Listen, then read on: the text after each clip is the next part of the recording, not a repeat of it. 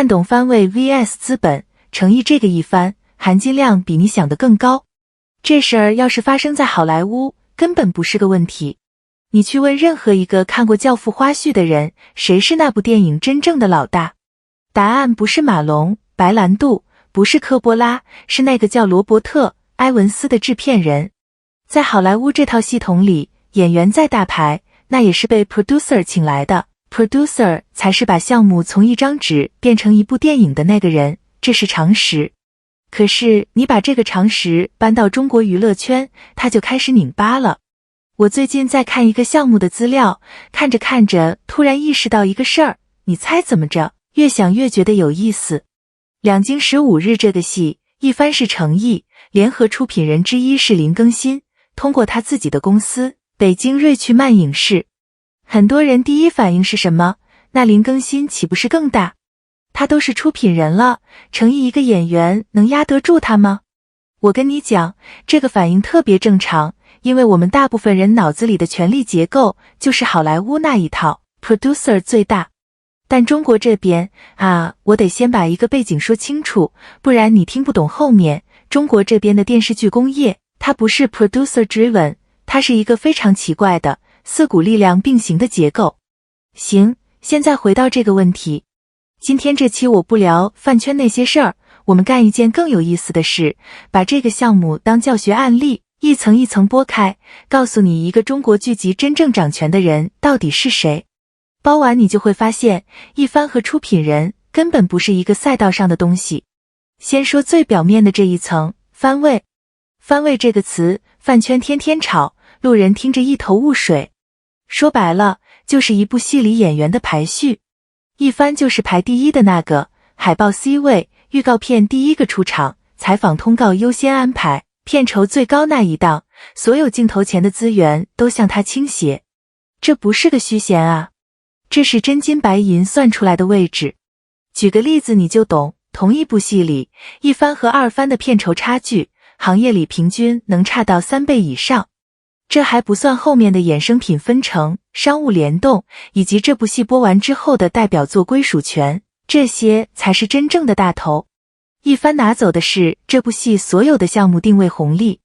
那两京15日这个戏的一番是谁？诚意。老粉应该记得，从琉璃开始，他这条线其实是一步一步走上来的。琉璃、沉香如屑、莲花楼、富山海，到现在的两京15日。这个序列你拉出来看，每一步都是项目体量在升级，角色难度在升级，市场对他的信任度在升级。这不是天上掉下来的一番，这是用一步一步作品一点一点垒起来的位置。所以你看到一番这2个字，不要把它当一个标签，它是一个，怎么说呢？它是一个主帅位。整个项目的镜头前部分，他是定调的那个人，这一点先放在心里。好，第2层，出品。这一层就是大部分非饭圈观众完全不熟悉的领域了，但它恰恰是中国剧集工业里很多时候真正决定一部戏长什么样的那一层。出品人是谁？简单讲，是把这个项目从立项到落地全程负责的人。剧本要不要改，谁来导，预算怎么花，和平台怎么谈，最后片子剪出来什么样，这些事儿出品方拍板。而出品人这个角色，他内部其实分3层权力。第一层是创作权、剧本方向、导演选择、整体调性。第2层是商业权、预算分配、平台谈判、招商资源。第3层，这个最容易被忽略，是个人转化权。就是这个项目做完之后，对你个人的事业意味着什么。一个出品人在自己出品的项目里，可以非常自然地获取行业话语权、人脉资源，以及一个长期的我能做事的标签。林更新通过北京瑞趣漫影视做联合出品人，这是个很成熟的演员动作。我先说清楚啊，别误会，演员开公司，演员做出品，这在中国娱乐圈早就不是新鲜事。早在我记得是2017年那会儿就开始流行了。等等，不对，我查一下，应该是2015年前后那波，演员工作室升级成影视公司的潮流就起来了。对，2015、2016那个阶段。所以林更新这个动作，他不是突然搞资本，他是行业里很多成熟演员到了一定阶段都会走的路。而且这里有个关键点必须讲清楚，这跟带资进组完全是两码事。带资进组是什么意思？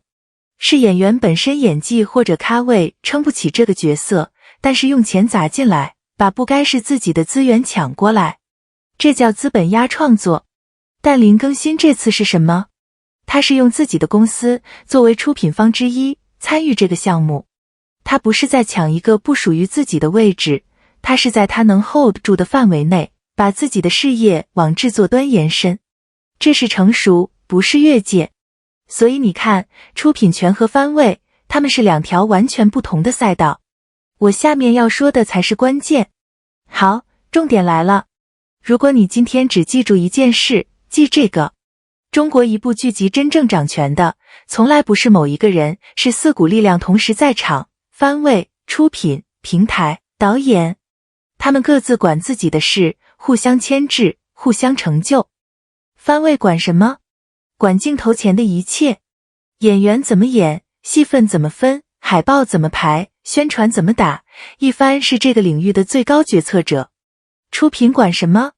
管立项到成片的整个生产链条，剧本通过谁，导演用谁，钱怎么花，出品方拍板。平台管什么？管这部戏怎么播，什么时候播，推到什么档位，给多少推荐位，平台是流量分发的最终裁判。导演管什么？管现场，镜头怎么拍，演员怎么调度，节奏怎么处理，这是创作的执行层。你看清楚没有？这四个领域，它们是不重叠的。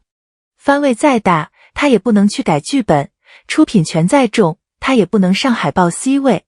这是行业默认的边界。这个我得查一下具体合约细节才能100%确定，但行业的基本逻辑就是这样的。番位和出品是在两条平行线上跑的权利。所以回到两京15日，程毅是一番，意味着他在镜头前的那个领域是说了算的那个人。林更新是联合出品人，意味着他在镜头后的某些环节有话语权。这两件事根本不冲突。我跟你讲，我做这期内容之前，我也下意识觉得出品人是不是更大啊？你听我说啊。后来我把行业里这2年几个类似结构的项目拉出来比对了一下，我才发现一个事儿，在中国剧集工业里，一番压不住出品人这种情况基本不存在。因为这两个位置，他们压个不站在一条权力线上。这就好比下棋，一番是车，出品人是马。车走直线，马走日字，各有各的路。你非要问车和马谁更厉害，这问题问错了。问的应该是，在这盘棋里，他俩的配合好不好？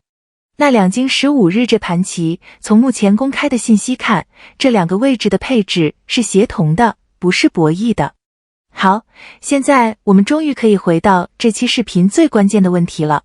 懂了上面这些，再回头看程毅这个一番，你会发现含金量比表面看到的高得多。我说3层你听，第一层，项目定位红利。两京15日这个 IP 的体量、班底、平台资源，决定了它一开机就是大项目。一番在这种项目里的待遇，是你拍10部小成本网剧攒不出来的，这是产业层级的跃升。第二层，资源倾斜。一番拿走的是这部戏所有的代表作权重，播得好是他扛起来的，数据高是他带起来的，市场会把这个项目的成功首先归功给他。这种扛巨人的标签，你想想看，这是要在市场里证明很多次才能拿到的 level。第三层，商业转化。一番在播出期间和播完之后的商务溢价空间，是2、3番完全没法比的。代言、综艺、品牌联动，一番拿到的盘子，至少是断崖式领先。而最关键的一点，也是我做完这期最想跟各位说的，程毅在两京15日这个项目里，他是一个非常纯粹的演员形态。